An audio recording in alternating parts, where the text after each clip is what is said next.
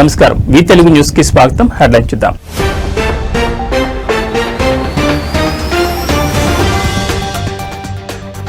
చలాన్ల విషయంలో కఠినంగా మారనున్న రూల్స్, నిర్లక్ష్యం చేస్తే లైసెన్స్ రద్దు.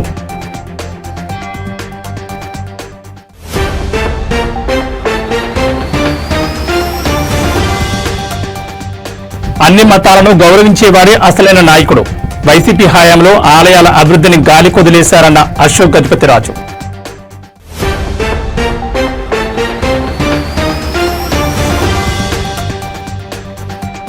తోపుదుర్తికి పరిటాల సునీత స్ట్రాంగ్ వార్నింగ్, సునీతపై మాజీ ఎమ్మెల్యే తోపుదుర్తి సంచలన ఆరోపణలు.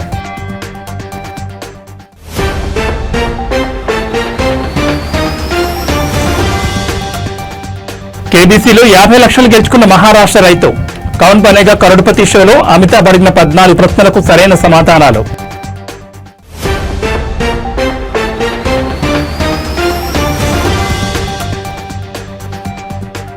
డార్జిలింగ్ లో కొండపోత, కొండచర్యలు విరుగుపడి 6 మృతి.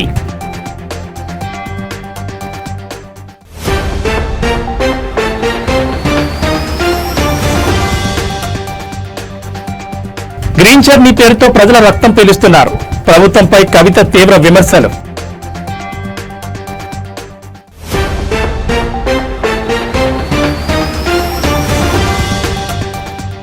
నా కూతురు రష్యాలో ఎవరో లెజెండరీ నటి ఆత్మ ప్రవేశించిందేమో, రవీనా టండన్ తన కూతురుపై ప్రశంసలు.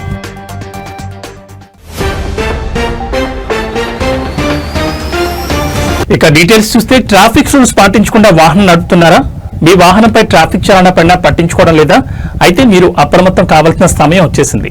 పెండింగ్ చలాన్లు ఎన్ని ఉన్నా పోలీసులు ఆపినప్పుడు కడదాంలే అనుకుంటే ఇకపై కుదరదు. చలాన్ పడిన 45 రోజులుగా చెల్లించలేదంటే అంతే. 5 చలాన్లకు మించి పెండింగ్ లో ఉంటే లైసెన్స్ రద్దయినట్లు మీ మొబైల్ కు మెసేజ్ వస్తుంది. డ్రైవింగ్ లైసెన్స్ రెన్యువల్ కాకపోవచ్చు కూడా. మీ వాహనాన్ని ట్రాఫిక్ సిబ్బంది సీజ్ చేసే అవకాశం ఉంది. పెండింగ్ చలాన్ల విషయంలో కేంద్రం కఠించాలని ప్రతిపాదిస్తూ సెంట్రల్ మోటార్ వెహికల్స్ రూల్స్ 1989లో కేంద్ర రవాణా శాఖ నిర్ణయం తీసుకుంది. ఈ మేరకు డ్రాఫ్ట్ రూల్స్ నోటిఫికేషన్ ను తాజాగా విడుదల చేసింది. చలాన్ల జారీ, చెల్లింపు, అప్పీల్ చేయడం వంటి అంశాలను డిజిటల్ మానిటరింగ్, ఆటోమేషన్ ద్వారా ఆధారంగా వేగవంతం చేయాలని తెలిపింది. నిబంధనలు ఉల్లంఘిస్తే వాహనదారులకు సంబంధిత అధికారులు 3 రోజుల్లోగా ఎలక్ట్రానిక్ రూపంలో నోటీసులు జారీ చేయాలని, ఫిజికల్ రూపంలో 15 రోజుల్లోగా నోటీసు పంపాలని స్పష్టం చేసింది.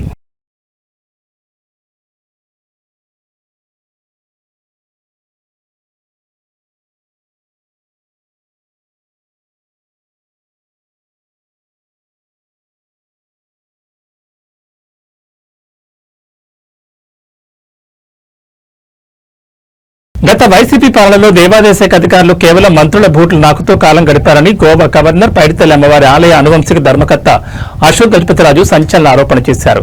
ఆలయాల అభివృద్ధిని, భక్తుల మనోభావాలను పూర్తిగా విస్మరించారని ఆయన తీవ్రస్థాయిలో ధ్వజమెత్తారు. విజయనగరంలో మీడియాతో మాట్లాడుతూ గత ప్రభుత్వ వైఖరిపై తీవ్ర ఆగ్రహం వ్యక్తం చేశారు. రాష్ట్రంలో ఎంతో ప్రాముఖ్యత కలిగిన దేవాలయాలను సైతం గత ప్రభుత్వం చిన్నచూపు చూసిందని అశోక్ మండిపడ్డారు. వైసీపీ 5 ఏళ్ల కాలంలో ఆలయాల అభివృద్ధి అనే మాటే వినిపించలేదని, మొత్తం వ్యవస్థను గాలికొదిలేశారని విమర్శించారు. అప్పటి దేవాదాయ శాఖ మంత్రి వెల్లంపల్లి శ్రీనివాస్ పై కూడా ఆయన ఘాటు వ్యాఖ్యలు చేశారు. మంత్రిగా ఆయన ఆలయాల అభివృద్ధికి నయా పైసా కూడా ఉపయోగపడే పని చేయలేదని ఆరోపించారు. దేవాలయాల్లో అధికారుల పెత్తనం చలాయించకూడదని, ముత్స విగ్రహాల్లో మిగిలిపోవద్దని ఆయన హితవు పలికారు. భక్తుల మనోభావాలను గౌరవిస్తూ వారి విజ్ఞప్తులను పరిగణలోకి తీసుకుని దేవుడికి సేవ చేయాలని సూచించారు. ఆలయ ట్రస్ట్ బోర్డుల కార్యకలాపాలు అత్యంత పారదర్శకంగా ఉండాలని ఆయన స్పష్టం చేశారు. ఈ సందర్భంగా నాయకత్వ లక్షణాల గురించి మాట్లాడుతూ ప్రతి ఒక్కరూ సొంత మతాన్ని ఆచరిస్తూనే ఇతర మతాలను కూడా గౌరవించాలని అన్నారు. అన్ని మతాలను సమానంగా గౌరవించినప్పుడే నిజమైన నాయకుడు అవుతారని చెప్పారు.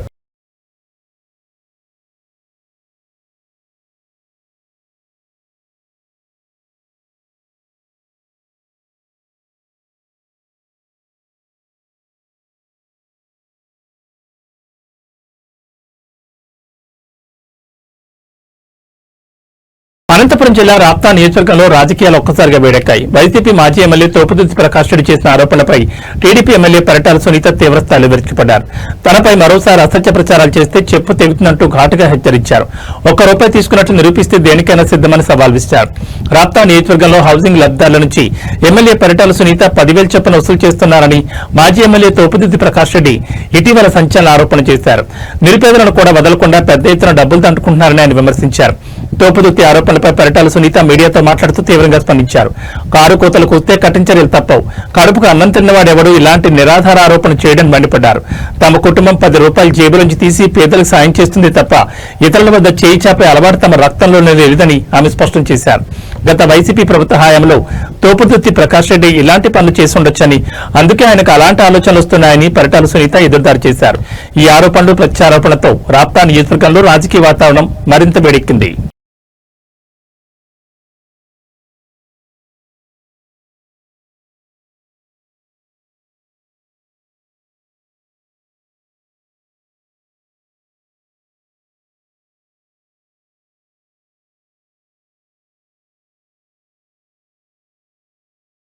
పంట పొలాల్లో నిత్యం శ్రమించి ఓ రైతు అమితాబ్ బచ్చన్ నిర్వహించే కౌన్ బనేగా కరోడ్పతి షోలో పాల్గొని పెద్ద మొత్తం గెలుచుకున్నారు.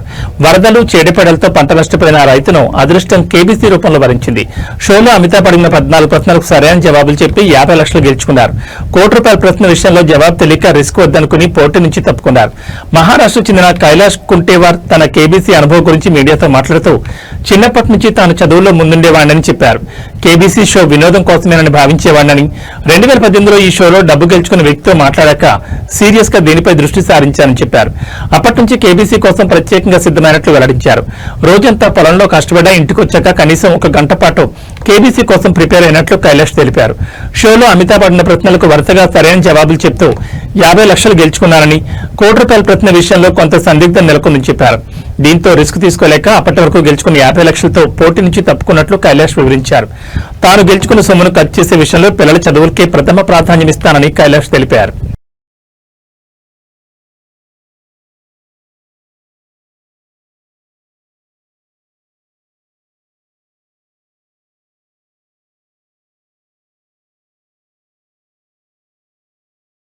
పశ్చిమ బెంగాల్లోని డార్జిలింగ్ జిల్లాను భారీ వర్షాలు అతలాకుతలం చేస్తున్నాయి. కొండపోత వర్షాల కారణంగా మిరిక్ ప్రాంతంలో కొండచర్యలు విరిగిపడడంతో 6 ప్రాణాలు కోల్పోయారు. ఈ ప్రకృతి బీభత్సానికి పర్యాటక ప్రాంతాలైన మిరిక్, కుర్సియాంగ్లను కలిపే కీలకమైన దూదియా ఐరన్ బ్రిడ్జ్ పూర్తిగా కుప్పకూలింది. దీంతో ఆ ప్రాంతాల మధ్య రవాణా సంబంధాలు తెగిపోయాయి. కుర్సియాంగ్ సమీపంలోని జాతీయ రహదారి 110పై ఉన్న హుస్సేన్ ఖోలా వద్ద కూడా కొండచర్యలు విరిగిపడినట్లు అధికారులు తెలిపారు. ఈ ఘటనల కారణంగా పలు గ్రామాలకు వెళ్లే మార్గాలతో పాటు జాతీయ రహదారులు కూడా బురదతో నిండిపోయి రాకపోకలకు తీవ్ర అంతరాయం ఏర్పడింది.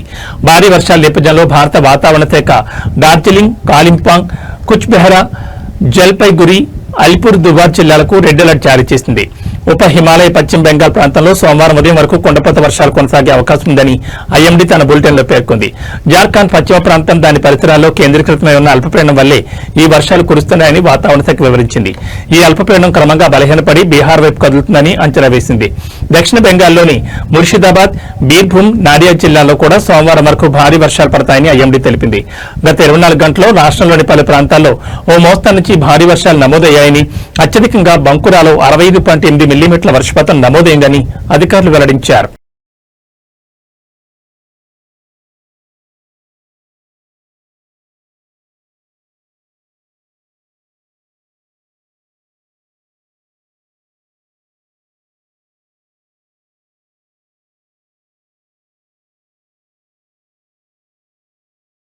తెలంగాణలో కాంగ్రెస్ ప్రభుత్వం ఆర్టీసీ బస్ ఛార్జీలను పెంచడంపై తెలంగాణ జాగృతి అధ్యక్షురాలు ఎమ్మెల్సీ కవిత తీవ్రస్థాయిలో ధ్వజమెత్తారు. సామాన్య ప్రజలంటే ముఖ్యమంత్రి రేవంత్ రెడ్డికి ఎందుకంత కోపమని సూటిగా ప్రశ్నించారు. ఈ మేరకు ఆదివారం ఆమె సోషల్ మీడియా ప్లాట్ఫామ్ ఎక్స్ వేదికగా తన నిరసన వ్యక్తం చేశారు. గ్రీన్ జర్నీ పేరుతో ప్రభుత్వం సామాన్యుల రక్తాన్ని పీల్చేస్తోంది, బస్ ఎక్కడమే పాపం అన్నట్లుగా ప్రజల జేబులను కొల్ల చేస్తున్నారు అని కవిత తన పోస్టులో తీవ్రంగా విమర్శించారు. ఇటీవలే బస్ పాసుల ధరలను పెంచి చిరుద్యోగులు, విద్యార్థులపై పెనుభారం మోపిన ప్రభుత్వం ఇప్పుడు ఏకంగా బస్ ఛార్జీలను అమాంతం పెంచేయడం దారుణమని మండిపడ్డారు. ప్రభుత్వం తీసుకున్న ఈ నిర్ణయాలు సామాన్యులు నడ్డివిచ్చేలా ఉన్నాయని కవిత ఆవేదన వ్యక్తం చేశారు. ప్రజా రవాణాను ప్రజలకు దూరం చేసేలా ప్రభుత్వ విధానాలున్నాయని, ఛార్జీల పెంపు నిర్ణయాన్ని వెంటనే వెనక్కి తీసుకోవాలని కవిత డిమాండ్ చేశారు.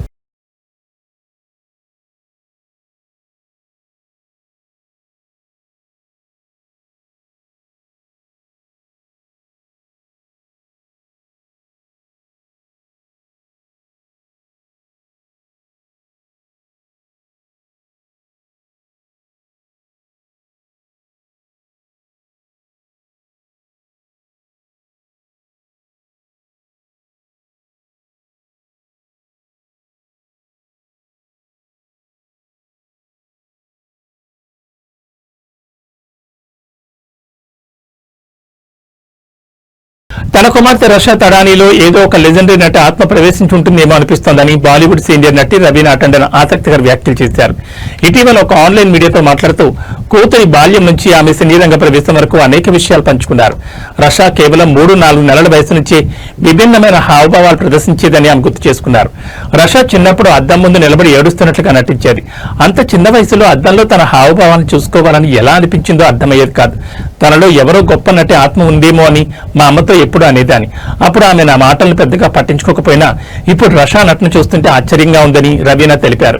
తన వారసురాలిగా బాలీవుడ్ లో కలుగుపెట్టిన రషా ఆజాద్ అనే తొలి చిత్రంతోనే బ్లాక్ బస్టర్ విజయాన్ని అందుకుంది. ముఖ్యంగా ఆ సినిమాలను ఒక ప్రత్యేక గీతంలో ఆమె డాన్స్ ఎక్స్ప్రెషన్స్ ఇంటర్నెట్ లో సంచలనం సృష్టించి దేశవ్యాప్తంగా యువతను ఆకట్టుకున్నాయి. ఇంత తక్కువ సమయంలో రషాకి ఇంతటి విజయం వస్తుందని తాము ఊహించలేదని, ఆమెను చూసి ఎంతో గర్వపడుతున్నామని రవీనా చెప్పారు. చిన్నప్పుడు రాక్ స్టార్ అవ్వాలనుకున్న రషా ఆ తర్వాత తన తల్లిలాగే స్టార్ హీరోయిన్ గా స్థిరపడాలని నిర్ణయించుకుందని ఆమె వెల్లడించారు. ఇక రషా తడాని త్వరలోనే తెలుగు ప్రేక్షకులు కూడా ప్రకటించేందుకు సిద్దమవుతోంది. ప్రముఖ నటుడు రమేష్ బాబు తనయుడు ఘట్టంనేని జయకృష్ణ హీరోగా పరిచయం కానున్న చిత్రంలో ఆమె కథానాయికగా ఎంపికైంది. ఈ సినిమాతో రషా టాలీవుడ్ లో తన ప్రయాణాన్ని ప్రారంభించనుంది.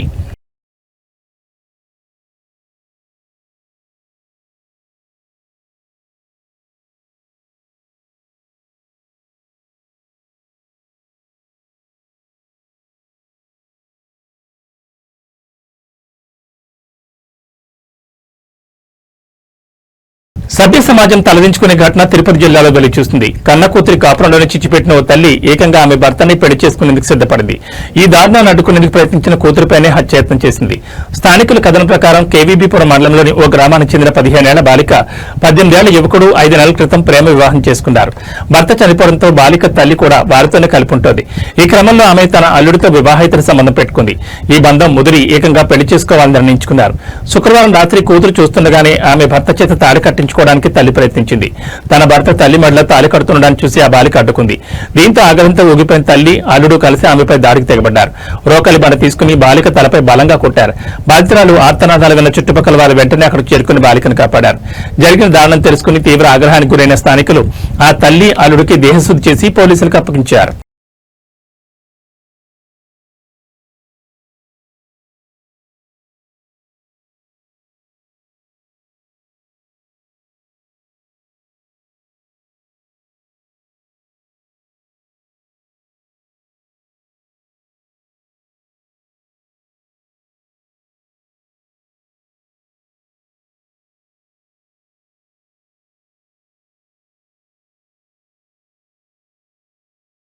ప్రముఖ హిందీ సినీ నటి దిగ్గజ దర్శకుడు వి శాంతారాం సతీమణి సంధ్యా శాంతారాం కన్నుమూశారు. వయోభారంతో కొంతకాలంగా అనారోగ్యంతో బాధపడుతున్న ఆమె తన స్వగృహంలోనే తుదిశ్వాస విడిచారని తెలుస్తోంది. ఆమె మరణం పట్ల చిత్ర పరిశ్రమలో తీవ్ర విషాదం నెలకొంది. సంధ్యా శాంతారాం సినీ రంగంలో సుదీర్ఘకాలం పాటు తనదైన ముద్ర వేశారు. ఆమె హిందీతో పాటు మరాఠీ సినిమాల్లో కూడా విజయవంతంగా నటించారు. అమర్ భూపాలి, ఝనక్ ఝనక్ పాయల్ బాచే, నవరంగ్, పింజారా వంటి చిత్రాలు ఆమెకు ఎంతో పేరు తెచ్చిపెట్టాయి. ఈ చిత్రాల్లో ఆమె పోషించిన పాత్రలు, ముఖ్యంగా ఆమె నృత్య ప్రదర్శనలు ఆమెను కళల నటిగా నిలిపాయి. నృత్య కళలో ఆమె చూపిన ప్రత్యేక ప్రతిభ ప్రేక్షకుల హృదయాల్లో చిరస్థాయిగా నిలిచిపోయింది. సంధ్యా శాంతారాం మరణం పట్ల పలువురు సినీ ప్రముఖులు, రాజకీయ నాయకులు సోషల్ మీడియా వేదికగా సంతాపం వ్యక్తం చేశారు. ప్రముఖ నిర్మాత మాధుర్ భండార్కర్ ఎక్స్ వేదికగా స్పందిస్తూ లెజెండరీ నటి సంధ్యా శాంతారాం ఇక లేరు అనే వార్త బాధాకరం. ఆమె జీవితం, పాత్రలు, ప్రదర్శనలు అన్ని భారతీయ సినిమాకు గర్వకారణం. ఆమె నటించిన చిత్రాల్లోని ఐకానిక్ రోల్స్ ఎప్పటికీ మన హృదయాల్లో నిలిచిపోతాయంటూ నివాళులర్పించారు.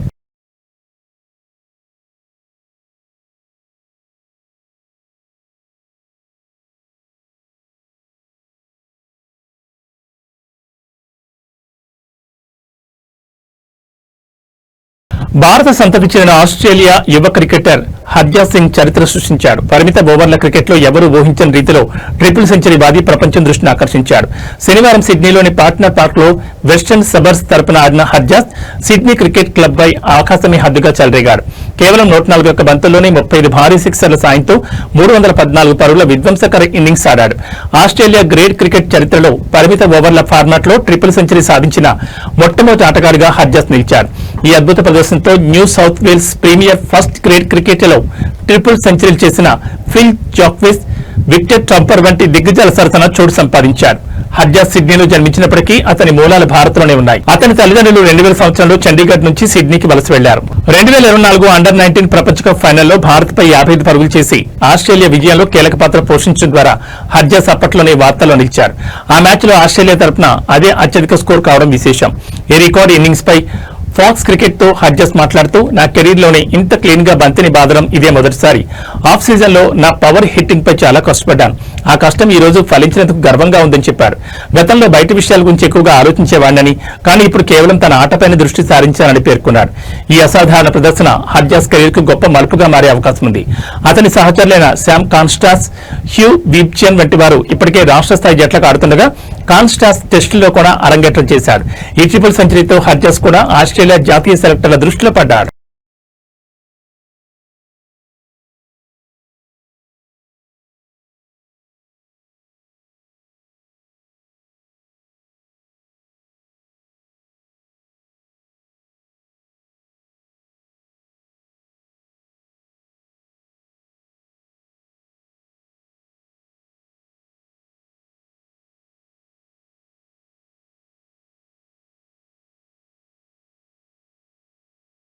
ఏవీ బులెటిన్ విశేషాలు మరో బులెటిన్లో మళ్ళీ కలుసుకుందాం. నమస్కారం.